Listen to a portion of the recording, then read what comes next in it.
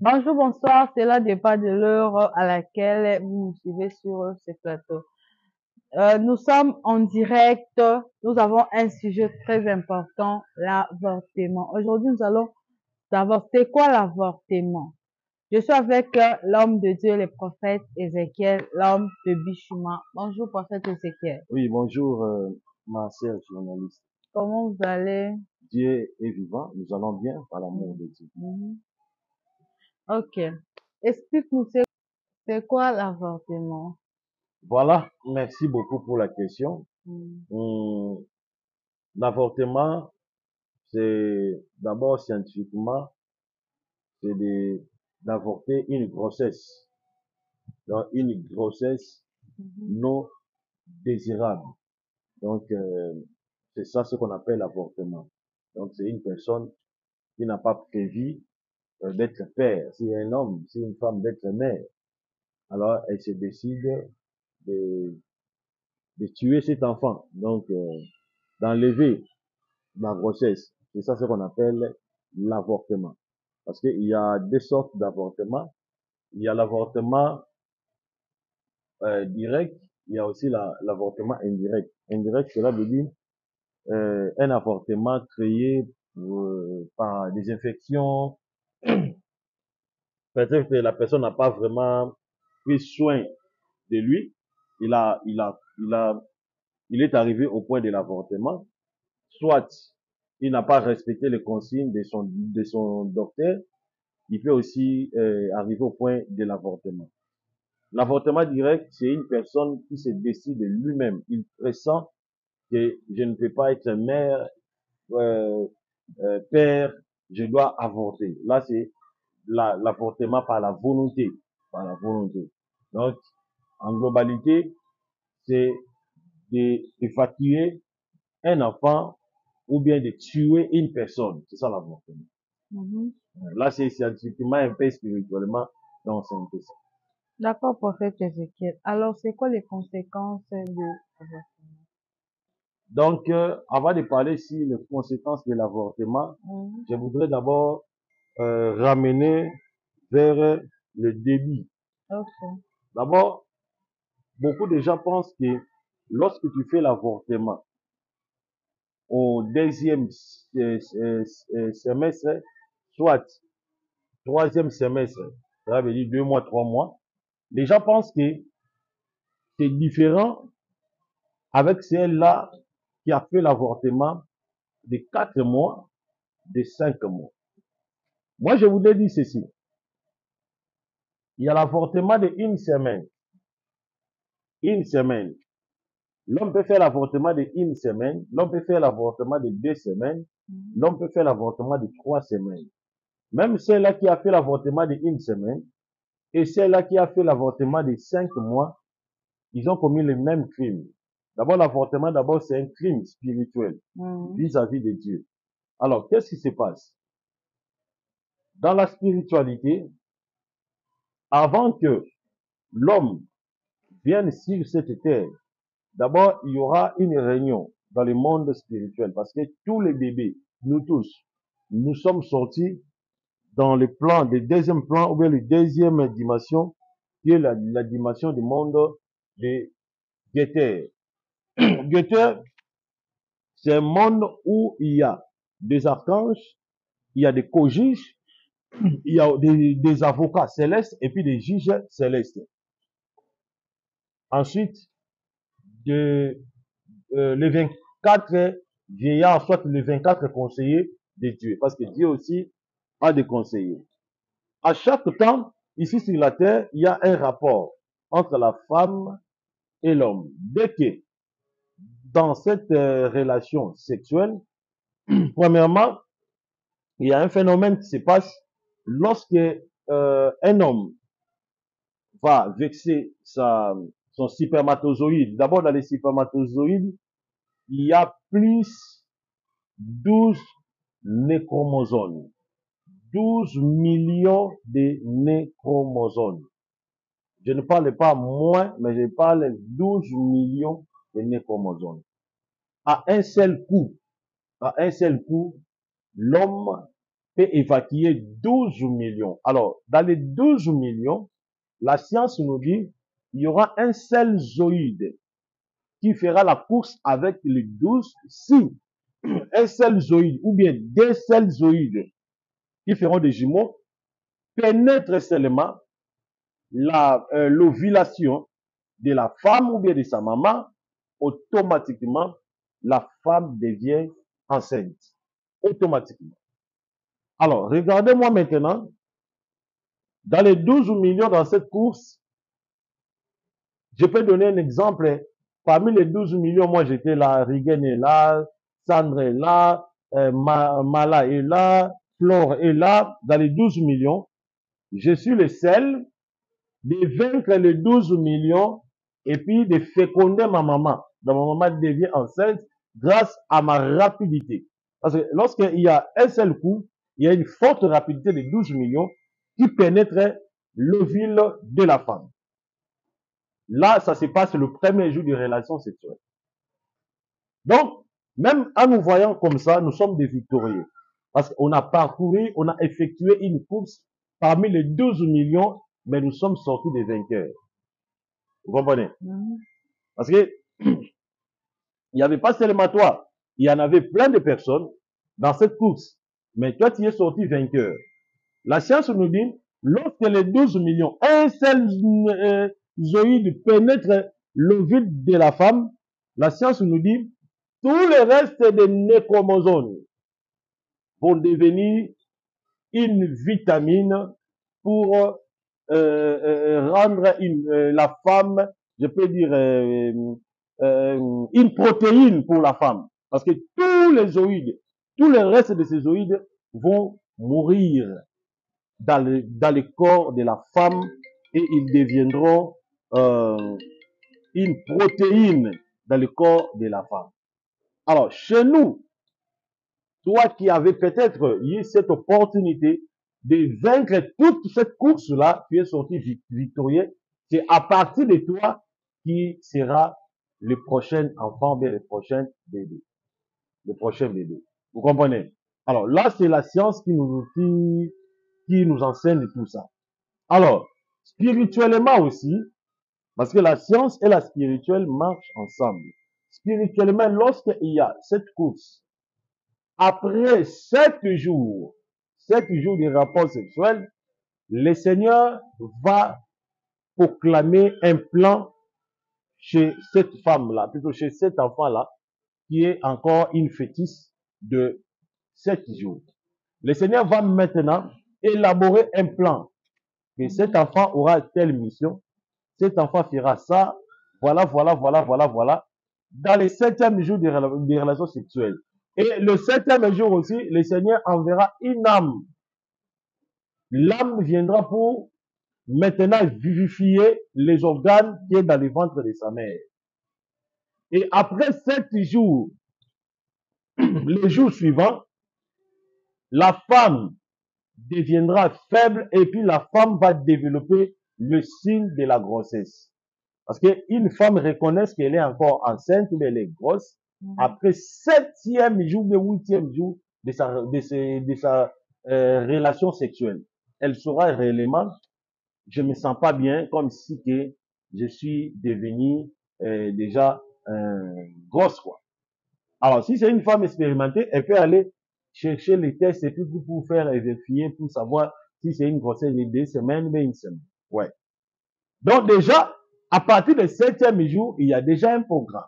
Alors, maintenant, spirituellement, avant que cet enfant-là vienne vivifier les organes qui est dans le ventre de sa mère, déjà dans le ciel, il y a eu un plan. Dieu a planifié un plan. Il a mis le destin sur cet enfant. Il a mis ce qu'on appelle le calendrier spirituel sur cet enfant.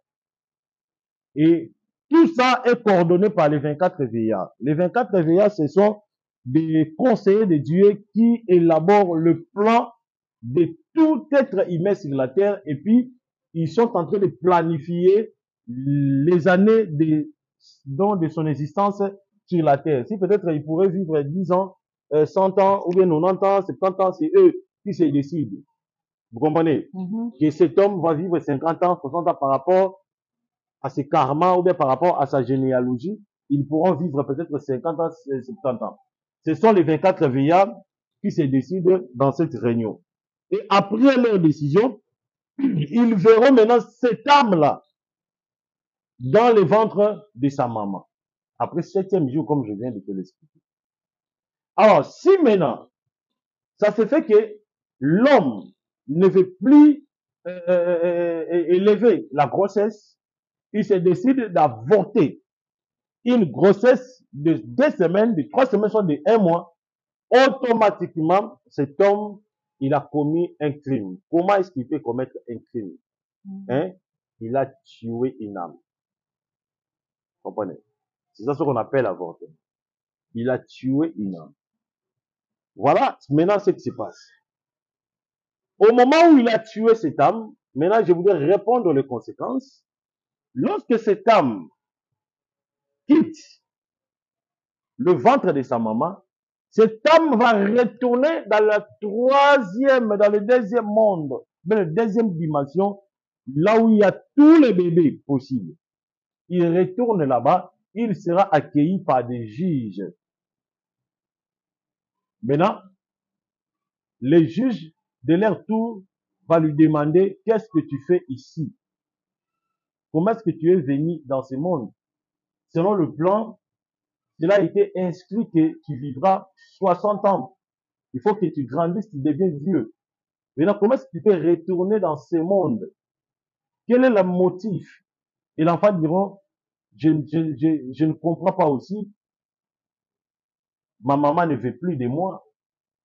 Ma maman, il s'est comploté avec un monsieur. Et ce monsieur m'a introduit des trucs.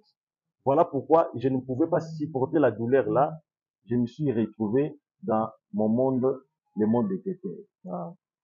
Là, déjà, l'avortement, il y est. Maintenant, spirituellement, cette discussion se passe dans le monde des anges. Alors, l'ange lui dira, comme ta maman a commis cet acte, c'est à toi maintenant de décider quel est le sort de ta mère et le sort de ses docteurs. Et c'est par là maintenant l'enfant va maintenant introduire une plainte. C'est comme cela se fait dans ce monde. Lorsque quelqu'un t'a offensé, vous allez aller l'accuser dans la justice. Maintenant, l'enfant aussi va aussi faire ça parce que l'enfant n'a pas voulu venir. C'est à partir de la décision de son père, de sa mère, l'enfant s'est décidé de venir sur cette terre. Maintenant, au lieu de venir vivre son père, Kyriel, il a tué avant le temps. Alors, cet enfant va réunir tous ces éléments. Il va maintenant formuler une plainte pour maintenant accuser sa maman et que sa maman, je peux dire quoi, il va accuser sa maman et puis il va convoquer, c'est ça le vrai mot, convoquer sa maman dans le tribunal de Dieu. Vous comprenez? Il va convoquer sa maman dans le tribunal de Dieu. Alors, le 24 veillant, comme l'enfant vient de faire une plainte, de leur tour, qu'est-ce qu'ils feront? Ils vont saisir cette plainte-là et ils vont faire que de la sorte que sa mère et son père payent indirectement les crimes.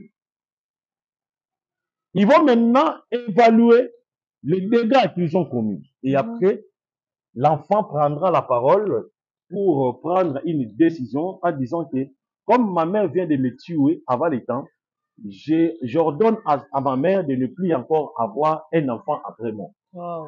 Voilà pourquoi vous allez voir la majorité des femmes aujourd'hui. Peut-être lorsqu'il avait peut-être des relations là, les sérieuses, il pouvait attraper la grossesse facilement. Mais le jour où il a réussi un mariage sérieux, maintenant il a l'envie d'avoir l'enfant pour faire plaire à son chéri, elle n'a pas cette opportunité. Elle peut parcourir dans beaucoup des hôpitaux, cela ne marchera pas parce que dès sa jeunesse, elle avait tué un enfant innocemment. Or, spirituellement, cet enfant lui avait déjà porté plainte dans le tribunal de Dieu. Il a déjà un dossier là-bas. Comme il a un dossier, peut-être qu'il a été jugé là-bas, la femme a été jugée dans le monde, dans le tribunal des anges. Alors, physiquement sur la terre, cet enfant, elle peut, cette femme plutôt, elle peut trouver tous les maîtres spirituels, tous les prophètes, tous les apôtres, Mais quelles que soient les prières et puis les offrandes, cette femme ne sera jamais, jamais grosse à nouveau. Voilà ce qui se passe dans le monde spirituel. Autre conséquence, l'enfant, si peut-être l'enfant est peut-être elle veut aussi avoir ses petits frères, ses petites sœurs, elle peut préférer de condamner sa maman autrement. Par exemple, elle peut faire souffrir sa maman physiquement, financièrement, et puis bouleverser le travail de son père. Elle peut bloquer le travail de son père. Vous aurez des petits, de mes petits frères, de mes petites sœurs, mais dans votre vie, vous ne serez jamais errer financièrement. Elle peut vous rendre pauvre, elle peut vous maudire, elle peut aussi vous rendre un couple comme des Tom et Jerry. C'est-à-dire, à chaque temps, il y a des querelles, il y a des tiraillements. Elle peut créer des histoires terribles. Ou bien elle peut même créer les cancers après avoir engendré ses petites sœurs, ses petits frères. La femme se retrouve avec un cancer ou des problèmes de césarienne, tout. Elle complique la maternité de la femme. Parce qu'il y a eu un dossier. Alors aujourd'hui, il y a des femmes qui ont des problèmes de la grossesse, de la maternité, je peux dire. Vous avez parcouru dans beaucoup de hôpitaux. Peut-être, vous n'avez même pas fait l'avortement durant votre vie. Vous ne comprenez pas, mais comment est-ce que je ne tombe pas grossesse si je n'ai jamais avorté? Moi, je vais vous dire, il faut faire l'évaluation de la vie de ton père et de ta mère. Peut-être ton père a avorté les filles d'autrui, ou bien ta mère a avorté. Alors tout ça, ça peut aussi vous rattraper parce que vous êtes une cellule du sang de ta mère. Tu es une progéniture de ta mère. Alors, dans la spiritualité, il y a une loi. Cette loi est appelée le karma et le dharma. Le karma, c'est lorsque tes ancêtres ou bien tes parents ont peut-être dans leur vivant commis des actes tellement immoraux. Alors, ces actes-là peuvent aussi vous accompagner, peut aussi vous détruire, il peut aussi vous le faites payer indirectement. Aujourd'hui, il y a beaucoup de personnes qui souffrent indirectement, qui sont des victimes de problèmes sérieux de souffrance. Peut-être ils ne sont pas concernés, les concernés du péché. Par exemple, ils sont en train de payer que les pots cassés de leurs parents. Mais pourquoi je souffre? Pourquoi il y a ça? Pourquoi il y a ça? Peut-être tes parents ont commis des actes tellement mal, tellement immoraux, et c'est là, vous êtes en train de le payer indirectement. C'est ça ce qu'on appelle le loi de karma. Moi, j'avais reçu une sœur. Elle me dit, papa, je suis entré dans ma maison de mariage, j'étais vierge, je n'ai jamais avorté, mais je ne comprends pas comment est-ce que je n'arrive pas à satisfaire mon mari de lui donner un enfant. J'ai vécu dans ce mariage 15 ans. Je n'ai pas d'enfant, papa. J'ai plié, j'ai acheté des histoires de bébés, j'ai mis à la maison. J'ai fait des jeunes tout, je n'ai pas d'enfant. Au point même que là, l'homme se fatigue, elle me dit non, je ne peux pas continuer, donc je peux rompre la relation, le mariage, donc je dois chercher une femme qui pourra peut-être me donner des enfants. Mais papa, qu'est-ce que je dois faire? Je dis bon, on peut faire la consultation. On a fait la consultation. Dans cette consultation, le Seigneur m'a révélé que ce n'est pas elle, c'est sa maman qui avait trop fait des avortements. Et j'ai demandé à la fille, est-ce que ta maman un jour t'avait parlé des avortements? Oui, oui, je sais. Et je l'accompagnais même. Si maman, peut-être parce que sa maman n'avait pas une bonne vie, mais si peut-être une grossesse, je l'accompagne, maman fait l'avortement. Donc j'étais comme son parsec, vous comprenez? Alors, la fille là m'a dit, j'ai dit oui, c'est ta mère, c'est à cause de ta maman, aujourd'hui tu es victime. Elle m'a dit, mais papa, qu'est-ce que je dois faire? Alors, je lui ai dit, il faut pas couper les liens parce que tu peux aller dans toutes les églises du monde pour couper les liens. Les liens ne se coupent pas. Les liens, on doit les redresser. Comment on peut redresser les liens? C'est lorsque vous faites les dharmas. Les dharmas, c'est le seul moyen qui peut redresser le karma. Et je lui ai expliqué comment est-ce qu'il pourra faire les dharmas. Je lui ai donné les adresses des orphelinats. Il est allé dans les orphelinats. Il a commis des actes sociaux. Il a nourri les enfants pendant 2 mois. Il a fait vraiment des actes sociaux. Et après, Dieu lui a donné un enfant.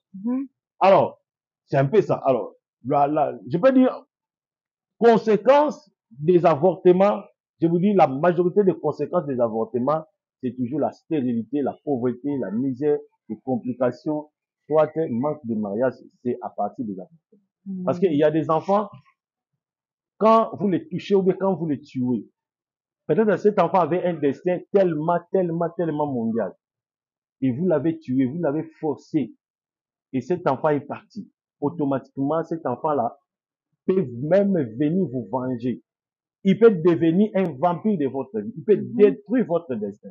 Aujourd'hui, beaucoup de problèmes que l'homme rencontre dans la vie, ce n'est pas seulement les sorciers. Peut-être que c'est lui-même qui est le commanditaire de son malheur.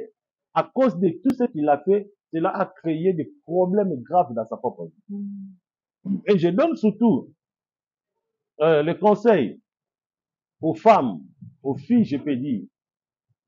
Si aujourd'hui, vous avez peut-être trouvé une grossesse, vous voulez peut-être faire l'avortement. Vous avez essayé pour la première fois. Cela n'a pas marché. Deuxième fois, cela n'a pas marché. Ne commencez pas à l'essayer de le faire pour la troisième fois. Peut-être pour la troisième fois, ça peut marcher. Mais je vous dis, vous avez commis un acte inacceptable. Quand vous essayez la première fois, ça n'a pas marché. Deuxième fois, laissez. Et puis, il faut mettre au monde. Ça ne prend pas du temps. 9 mois, tu mets au monde. Avoir une grossesse, ce n'est pas un péché. Lorsque vous faites un avortement, la grossesse ne veut pas partir. Cet enfant a un destin tellement important. Ou bien il a une mission spéciale sur la terre. Alors, le maître de tous les êtres humains n'a pas voulu que cet enfant retourne au ciel. Il devait rester sur la terre pour accomplir sa mission.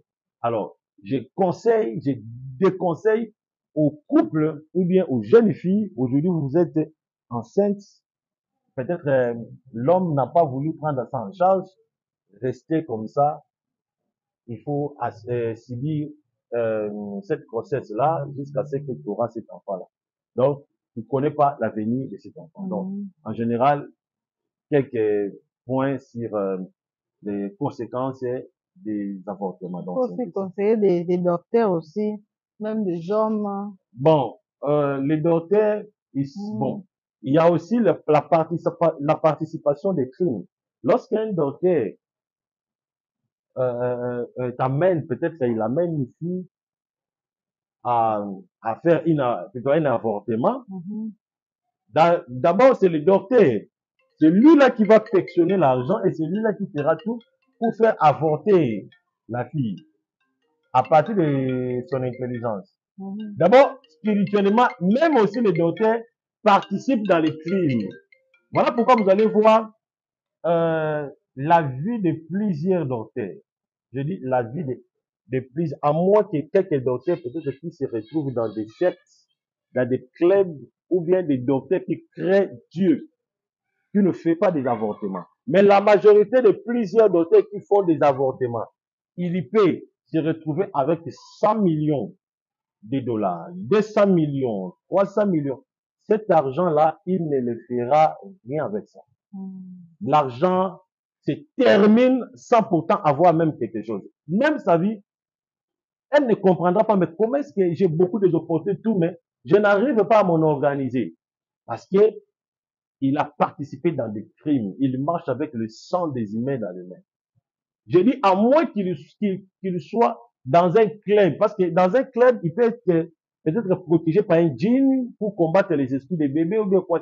Mais si il ne fait pas partie des clubs, ou bien quoi que ce soit, bon, je n'autorise pas aussi au docteur d'aller se faire partie des clubs, parce qu'il peut aussi aller se faire partie des clubs. Si cet enfant-là, son esprit est très fort, il peut toujours vous battre. Alors, les docteurs, spirituellement, vous avez des dossiers spirituels avec Dieu. Voilà pourquoi vous allez voir, la majorité des docteurs, je parle à moins que ce sont des docteurs sincères. Parce que moi, je connais, il y a l'un de mon fils, il travaille dans l'OMS, c'est un docteur, il est très sincère. Lui, les histoires, avortement, il va te conseiller, allez conserver ta grossesse. Mais Dieu lui a béni, il a une vie très stable, il vit très bien. Je le salue là où il est. Mon fils, tu peux m'appeler là où tu es. Il est à Madagascar. Donc, il est bien posé, mais c'est un docteur. C'est un docteur pieux qui craint Dieu, qui respecte Dieu. Il peut prendre un petit verre de l'alcool, mais des histoires, avortements, tout. Vous comprenez? Mais la majorité des docteurs qui font peut-être des avortements, leur vie, c'est toujours instable. Quel que soit l'argent, quel que soit des relations, vous allez constater que non, ce docteur a des problèmes sérieux. Donc, c'est ça. Alors, c'est le problème là. Et puis, dans leur couple, il n'y aura jamais la paix dans leur couple. Dans les relations, il n'y aura jamais la paix. Et puis surtout, la majorité de ces gens, de ces docteurs qui font des avortements, des histoires illégaux, vous allez voir, pour s'organiser, très difficile. Donc, dans leur vie, il y aura que l'impudicité, la prostitution, l'alcool, l'ambiance. Donc, sa vie, c'est toujours ainsi. Alors, ce sont carrément, peut-être des enfants qu'il a tués tout au long de son expérience médicale. Donc, c'est un peu ça. Oh, d'accord. Parfait. Et là, vous avez tout dit. Moi, je n'ai rien à dire parce que vous avez donné des conseils. Vous avez parlé sur les conséquences. Donc, alors, je demande à tous nos abonnés, les filles, même les femmes mariées, les hommes, les docteurs, d'arrêter, s'il vous plaît. Vous avez suivi le prophète Ézéchiel, vous avez suivi le conseil. En tout cas, merci beaucoup. Que le Seigneur vous bénisse. Si vous avez des problèmes de maternité, vous avez des problèmes de la stérilité, n'hésitez pas à contacter prophète Ézéchiel, l'homme de Bishuma. Nous sommes arrivés à la fin de notre émission. Merci beaucoup. Que le Seigneur vous bénisse. Bye bye. Ok, là c'est l'image. Nous sommes entrés dans Mbeli d'arranger la chair. La chair n'était pas vraiment dans de bonnes conditions, mais nous sommes entrés d'améliorer la chair de l'église. Alors nous vous demandons le soutien. Regardez les briques. Nous demandons le soutien à tous les enfants de Dieu. Je sais que vous allez faire un geste pour aider la mission, l'œuvre que Dieu nous a donnée. Alors nous demandons le soutien de tous les enfants de Dieu, de tous les chrétiens. Vous puissiez faire un geste, quelque chose pour que nous puissions améliorer cette chair. Hein? Je pense que il y a des vrais chrétiens authentiques qui croient toujours au soutien, qui croient toujours comment est-ce que vous pouvez faire pour soutenir l'œuvre de Dieu. Et puis je sais que vous allez le faire dans le nom de Jésus. Ça, c'est l'image de l'église. Je pense que vous le voyez. Alors que Dieu bénisse 17 personnes qui vont appeler les prophètes, pour dire, prophète, nous sommes vraiment parmi les personnes qui feront un geste pour l'église. Laisse que le Saint-Esprit et le Dieu du ciel vous bénissent dans le nom de Jésus. Merci. J'attends vos appels.